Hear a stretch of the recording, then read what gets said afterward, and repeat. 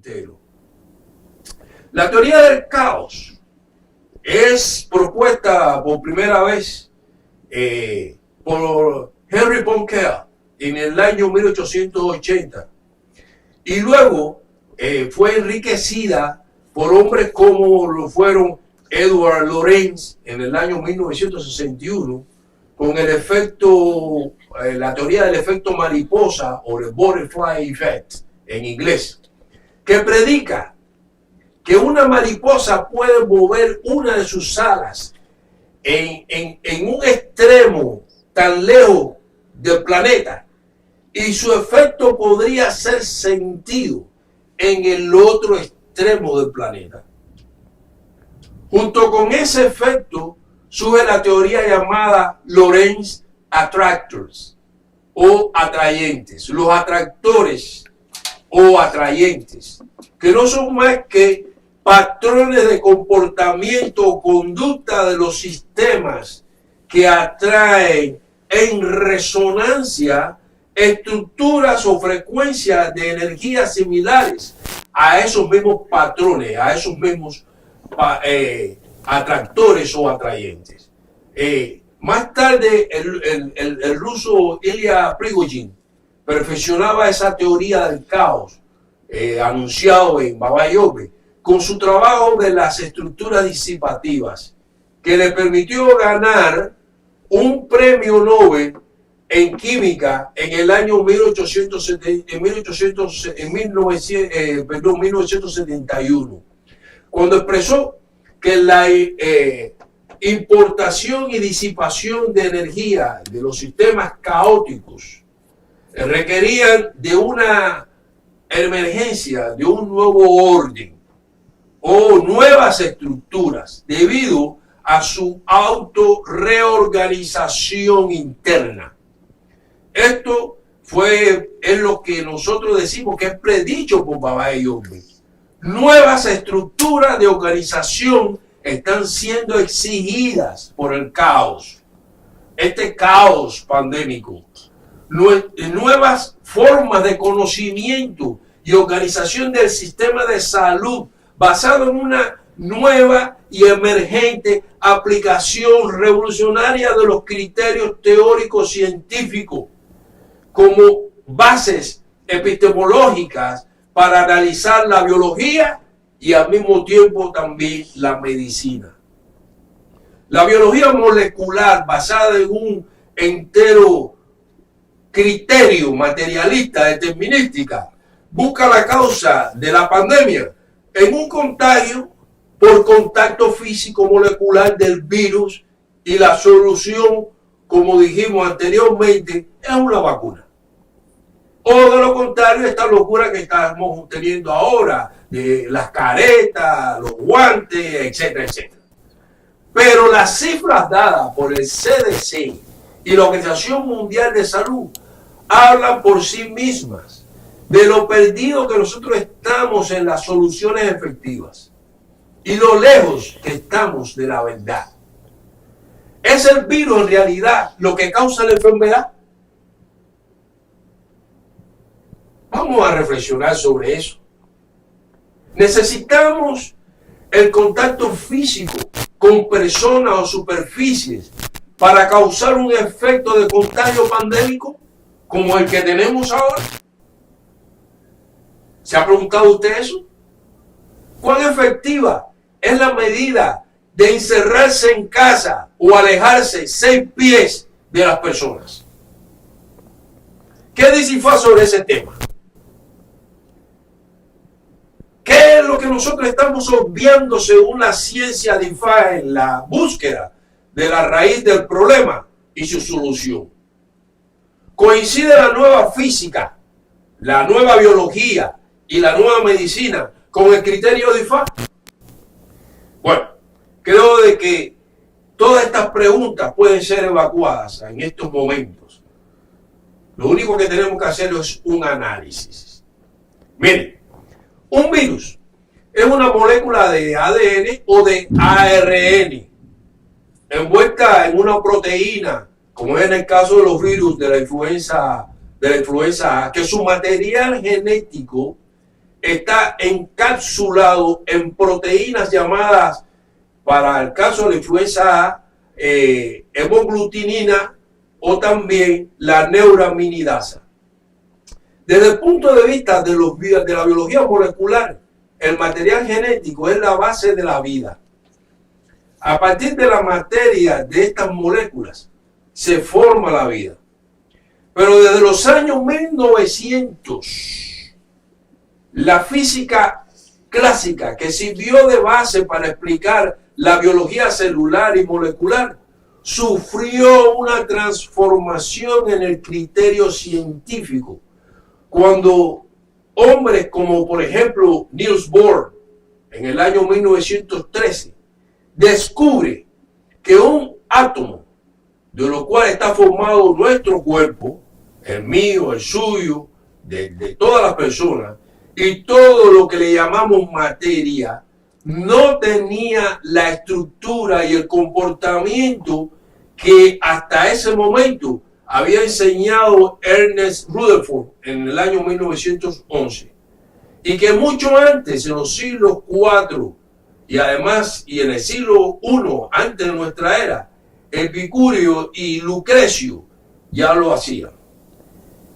quienes nos daban un cuadro de que los electrones de un átomo eran pequeñas, vamos a decir, entidades de materia sólida que circulaban alrededor del núcleo del átomo, como los planetas circulan alrededor del Sol.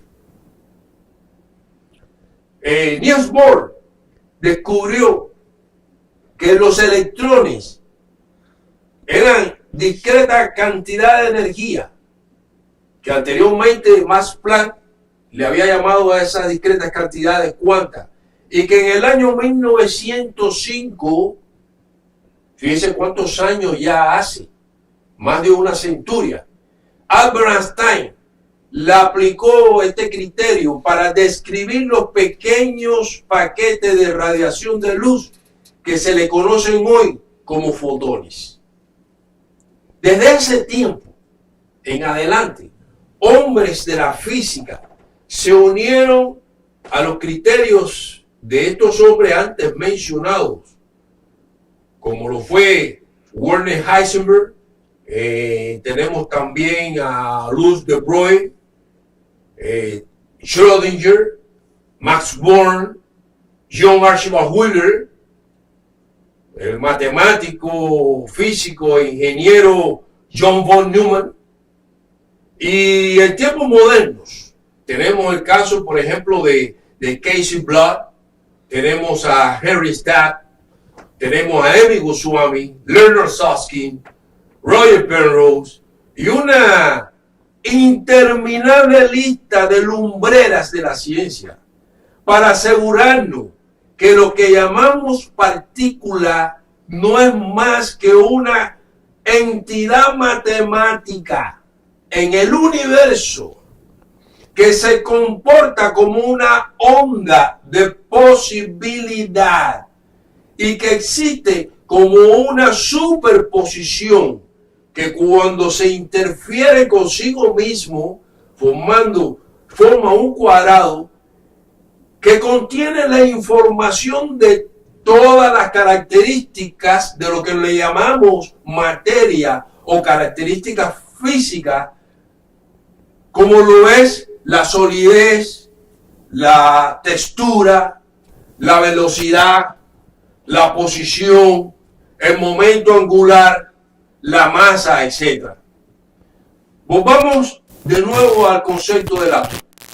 Vamos a hacer un análisis.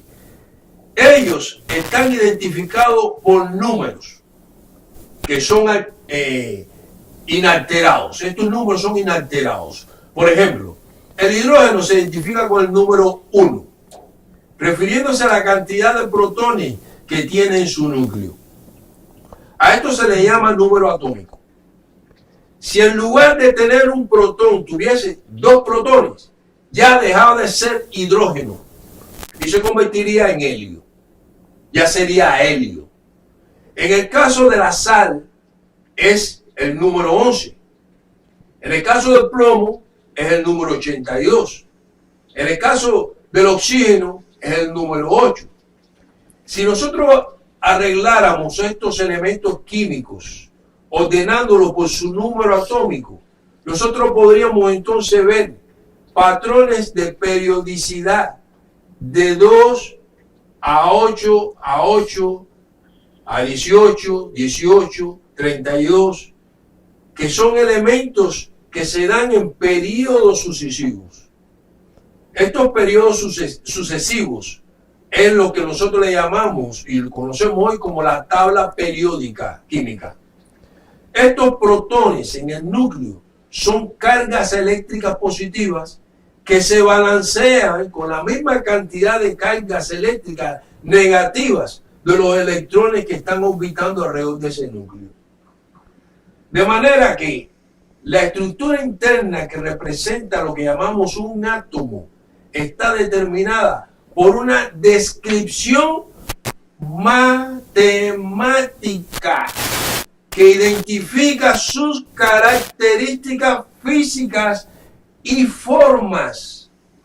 Lo mismo pasa con el azúcar, que es una combinación de varios de estos elementos. Pero estos elementos estarían en una forma proporcional. En este caso vamos a hablar de 6 átomos de carbón con 12 átomos de hidrógeno y con 6 átomos de oxígeno se combinan para crear ese azúcar. A estas proporciones matemáticas que identifican lo que nosotros llamamos el azúcar, es lo que Pitágoras conoció en su tiempo, a estas proporciones, que fue él que la descubre como las esferas armónicas del universo. Y también como entre los matemáticos se le conoce como el mundo platónico de las formas matemáticas trascendentales, y que Platón dijo que eran leyes incambiables en el universo. Esas leyes incambiables en el universo, esas formas matemáticas trascendentales, es lo que nosotros conocemos como IFA, la información de IFA. En otras palabras, lo que usted toca, escuche bien, lo que usted toca, lo que usted huele, lo que usted siente, lo que usted oye, lo que usted gusta, son las sensaciones de una información contenida en descripciones matemáticas que se mueve en forma de ondas, ondas que se expanden y que solo vienen a la existencia, la que nosotros conocemos como existencia física, cuando la conciencia la colapsa por medio de observarla, por medio de medirla, por medio de sentirla. Para explicar este concepto en forma de prueba y que puedan entenderse de forma práctica, vamos a observar la figura, esa figura que ustedes van a ver aquí ahora en el video, ¿ok? Observen esta figura detenidamente.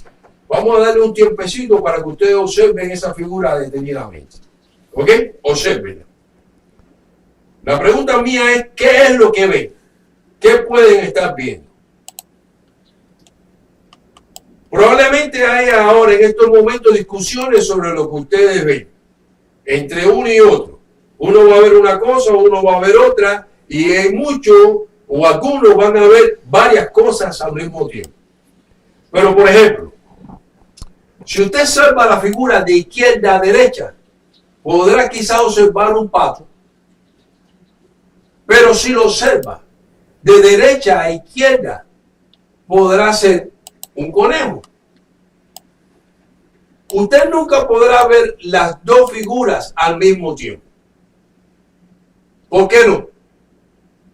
Porque ambas son una superposición en forma de ondas de posibilidades que solamente la conciencia, escuchen bien, solamente la conciencia puede colapsar o traer a la realidad física. Cuando observa el pato, ¿qué pasa con el conejo? Bueno, el conejo entonces estará como una onda de posibilidad. Y cuando usted observa el conejo, ¿qué pasa con el pato?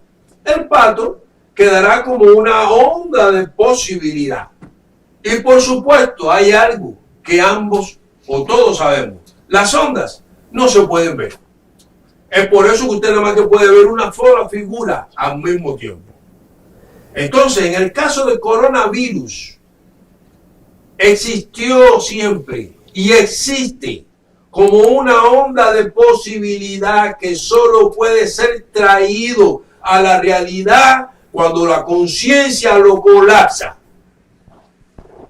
De la misma manera que usted, por ejemplo, trae el sonido de la música en una estación de radio. La música no está dentro del radio. Ella permanece como una onda de posibilidad entre todas las ondas superpuestas de todas las estaciones que están en el aire. Entonces, el radio solamente descarga y la trae a la realidad por medio de resonancia, para que esa música que estuvo como una posibilidad pueda entonces ser escuchada. Resonancia, vamos a explicar esta parte de lo que es resonancia. La resonancia surge de las vibraciones de los cuerpos. Todos los cuerpos, todos los sistemas están vibrando. Todo, porque todo es energía. Por lo tanto, tiene que haber vibración. Es decir, entonces, cuando un cuerpo vibra, digamos, vamos a ponerlo en una forma práctica que se pueda entender. Cuando un cuerpo vibra, digamos, en 10 Hz, o es decir, 10 veces por segundo, eso es lo que nosotros llamamos la frecuencia. Si hay otro cuerpo que vibra también 10 veces por segundo, entonces ambos cuerpos estarán en resonancia, porque es la misma frecuencia. Esto significa que ningún virus puede desarrollarse, metabolizar por sí mismo, porque el virus no es un organismo vivo, como lo dijimos anteriormente. Así lo expresa el doctor Martin Blaser. Este señor, este doctor, fue el director del programa de microbioma humano de la Universidad de Nueva York y fue presidente de la Sociedad Americana para las Enfermedades Infecciosas. Este doctor agrega que la mayoría de los virus en el mundo son totalmente irrelevantes para el humano, pues ellos invaden a las bacterias como su principal blanco de ataque. De manera que el virus es solo una información que vibra en forma de onda de posibilidad en el espacio. Para que un humano lo atrape, tiene que estar resonando con ese virus. El humano es una antena biológica que emite y recibe información de las vibraciones de todos los cuerpos de los sistemas que lo rodean. Pero aún más, el cuerpo del humano no está limitado por la piel como muchos pueden pensar. La mayor parte de nosotros pensamos que el humano está limitado por su piel, que nuestro cuerpo está limitado por su piel. No es así. El humano, junto al ambiente natural que lo rodea, forma un sistema abierto. Sistema abierto. Así lo aseguró Schrödinger hace casi un siglo. Casi un siglo. Su cuerpo se extiende vibratoriamente, el suyo, el mío y el de todos los humanos, hacia el espacio. Las investigaciones y experimentos hechos por los científicos revelan que tenemos un campo electromagnético que nos rodea, que se extiende de 6 a 15 pies en nuestro alrededor. Los átomos que componen nuestro cuerpo se están intercambiando constantemente con el ambiente que lo rodea. Es por eso que ustedes ven que ahora hay una medida de que hay que separarse 6 pies. pero nunca le han dicho por qué. Aun cuando comemos la parte molecular de los alimentos, nosotros la expulsamos, la parte física la expulsamos y nos quedamos con la energía atrapada en esas moléculas. En otras palabras, tal como dijo Albert Einstein, la materia se transforma en energía. Todas las operaciones internas de cada célula que llamamos reacciones químicas son realmente de una naturaleza cuántica. Son interferencias de frecuencias de energías electromagnéticas. Nuestro sistema inmune, escuchen esto que es muy importante, nuestro sistema inmune como sistema de defensa para cualquier patógeno, estamos hablando de agentes que pueden enfermarnos, no es más que un río de frecuencias electromagnéticas que se mantienen en un flujo diamagnético que impiden que nosotros nos enfermemos. Estamos dando datos científicos, el nuevo, es que necesitamos. Cuando hablamos de diamagnetismo, nos referimos a esa cualidad que tienen los sistemas superconductores, y nosotros somos uno de ellos, de poder mantener su flujo de energías sin que las demás frecuencias de energía que están a nuestro alrededor puedan interrumpir ese flujo. Por ejemplo, déjeme explicarle algo de alguien que nosotros hace un rato estuvimos hablando, que es el científico, el gran científico Ilya Prigogine. Él utilizaba el concepto de alineamiento espacial y mutuo para describir el comportamiento holístico de grandes nuevos patrones de conducta en el desorden dentro de los sistemas caóticos.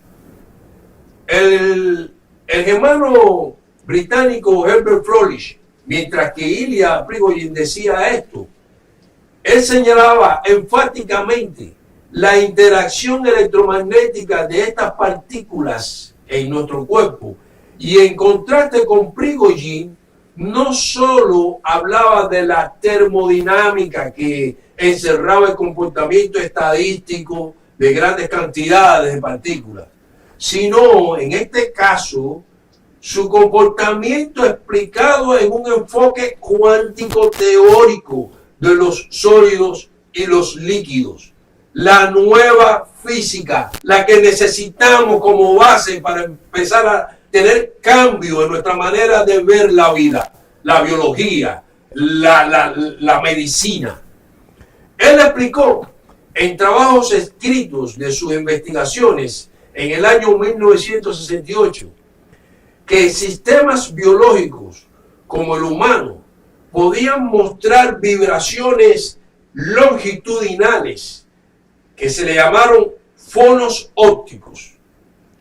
Estas vibraciones longitudinales, estos fonos ópticos, tenían frecuencias, vibraciones con frecuencia entre 10 a la 11 y 10 a las 12 Hz, que provenían de las membranas de las células y enlaces macromoleculares, como lo son los enlaces de hidrógeno dentro de nuestro cuerpo, que creaban un estado estacionario de un mínimo de energía que no era termalizada, sino que era almacenada muy ordenadamente. De ahí es donde viene esa parte de lo que le llamamos diamagnetismo, un flujo que no podía ser en ningún momento podía ser perturbado.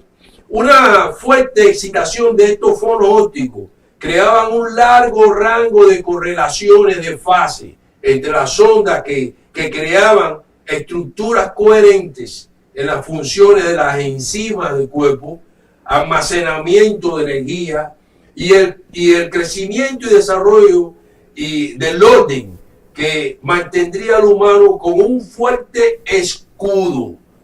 Esto mantendría al humano con un fuerte escudo en contra de las interferencias del ambiente. En este caso, por ejemplo, las interferencias creadas por un virus como es el coronavirus.